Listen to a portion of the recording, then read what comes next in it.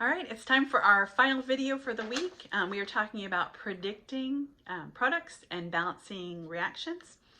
So once you start to recognize the patterns and can actually tell what type of reaction it is, you can start to predict what type of products are going to occur.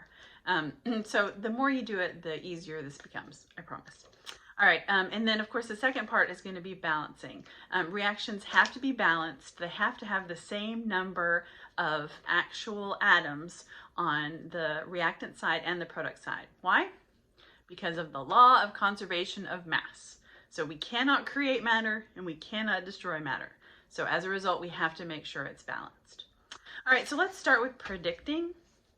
I have three reactions here. This first one, we have hydrochloric acid, HCl, and then magnesium, Mg. So what type of reaction do you think this is?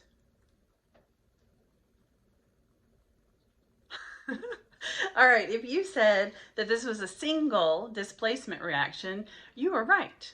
All right, so if this is a single displacement reaction, what's going to happen?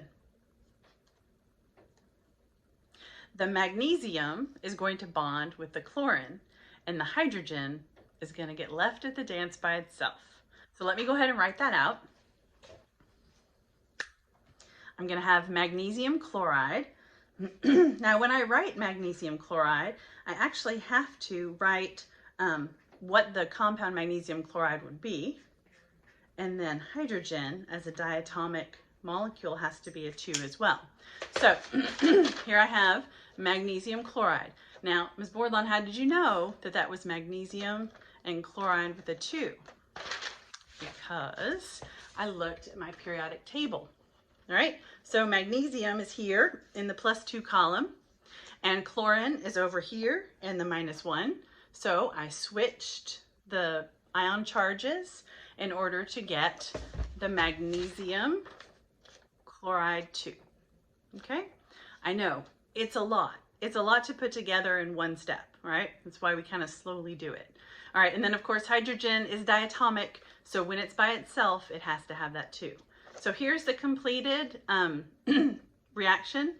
Hydrochloric acid plus magnesium equals magnesium chloride, and then hydrogen or hydride. Now, is this balanced? No, we'll come back to that, I promise.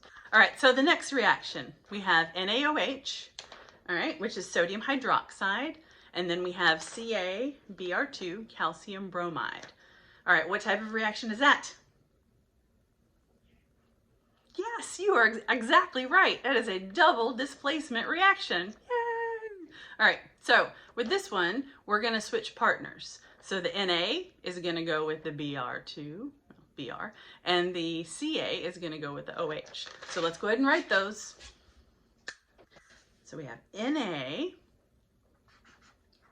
Br, and I know it's NaBr because Na is in the +1, and Br is in the -1.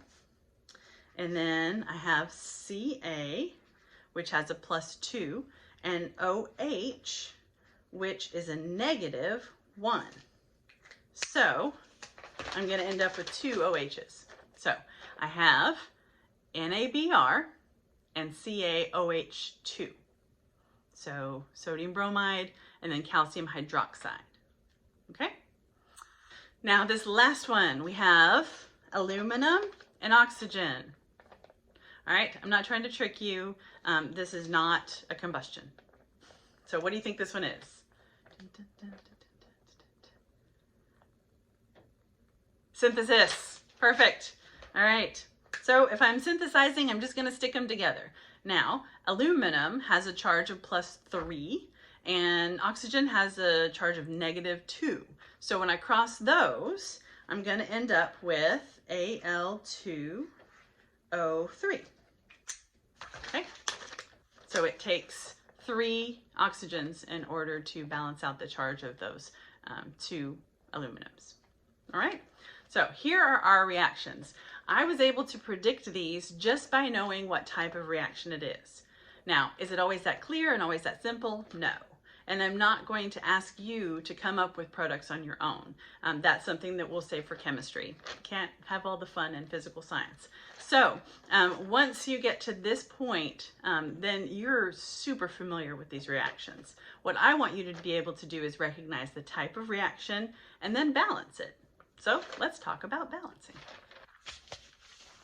So when we balance, we make sure that there are the same number of atoms on both sides of this yield sign.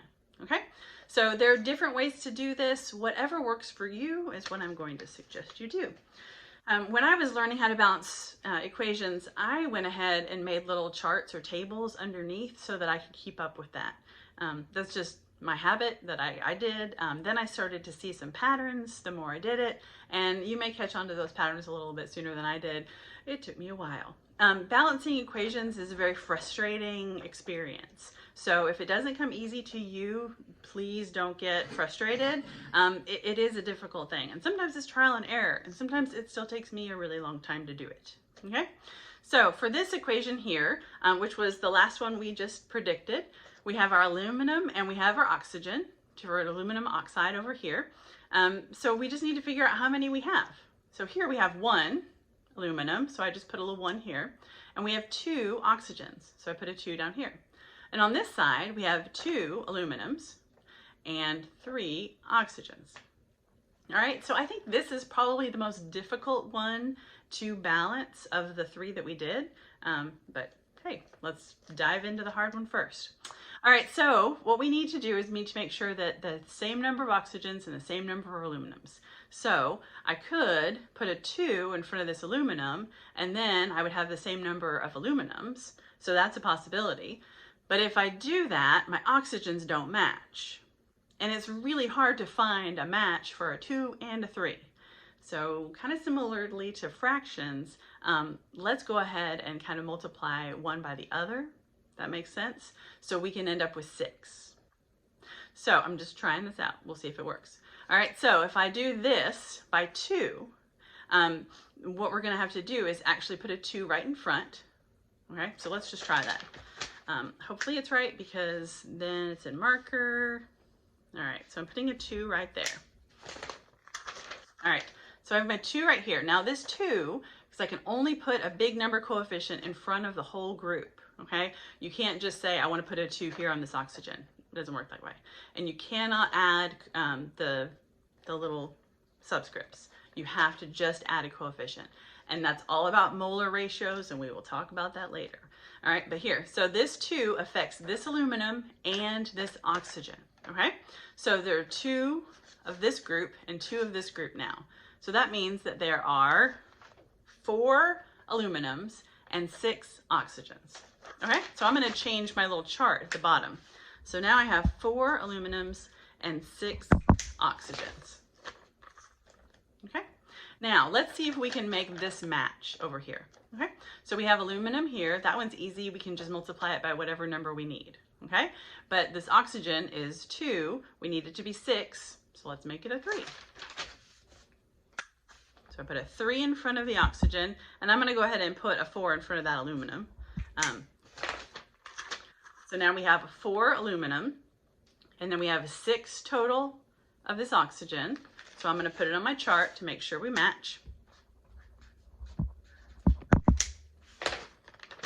And now we do. So we have 4 aluminum here, 6 oxygen, 4 aluminum here, and 6 oxygen. All right. I know, I made that look really, really easy. All right, let's try some other ones. All right, so on these that we did, we just figured out the aluminum and oxygen one. So I'm going to go ahead and fill that in. So now I don't have to write not balanced, just to make sure that we're all correct. So we have that, and then we have a 2 over here. So that one is all done, and that one was the most difficult. Let's look at this top one here. Okay, so we have hydrochloric acid. So we have a hydrogen and a chlorine.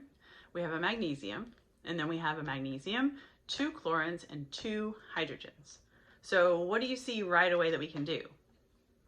Right, if we put a 2 here in front of the hydrochloric acid, then that takes care of that 2 and that 2. Let's try it.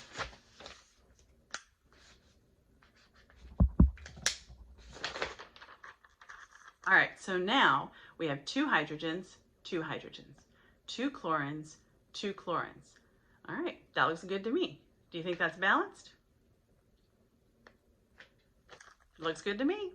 All right, let's do this next one. We have the sodium and the hydroxide.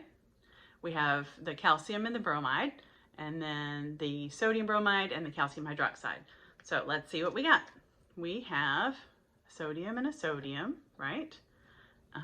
We have bromine. Oh, there's a 2 here. So we do need another one of these. Calcium hydroxide. We have 2 hydroxides. So let's see what we can do here. We could put a 2 on this one to match this. So let's do that.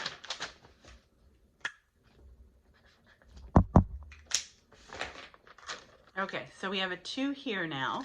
So that means our bromides are great, but our sodiums are kind of messed up here.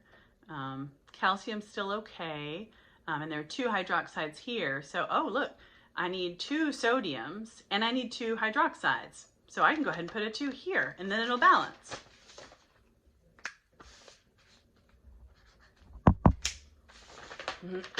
All right, so now I have 2 sodiums, 2 sodiums, 2 hydroxides, 2 hydroxides, 1 calcium, 1 calcium, 2 bromides, 2 bromides.